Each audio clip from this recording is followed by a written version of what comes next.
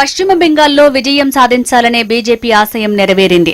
బెంగాల్ కోటను గెలిచేందుకు ఎంతో కాలంగా ప్రయత్నిస్తున్న బీజేపీ 2021లో విజయానికి చేరువైంది. కానీ దీదీ వ్యూహాల ముందు నిలబడలేకపోయింది. కానీ ఈసారి మరింత పక్కా ప్లాన్తో ముందుకు వెళ్లిన కమలం పార్టీ బెంగాల్ గడ్డపై కాషాయ జెండాను ఎగురవేసింది. బెంగాల్లో బీజేపీ గెలవటం వల్ల పొరుగున ఉన్న బంగ్లాదేశ్పై గట్టిగానే ప్రభావం పడే అవకాశం ఉంది. బీజేపీ గెలుపుపై ముందుగానే బంగ్లాదేశీయులు ఆందోళన వ్యక్తం చేశారు.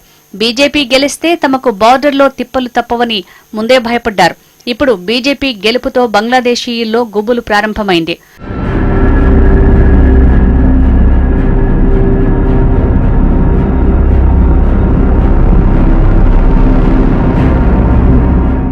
బెంగాల్లో బీజేపీ అధికారంలోకి వచ్చిన తర్వాత బంగ్లాదేశ్ సరిహద్దు వెంబడి కంచె నిర్మాణాన్ని పూర్తి చేయడానికి అధిక ప్రాధాన్యమిచ్చే అవకాశం ఉంది.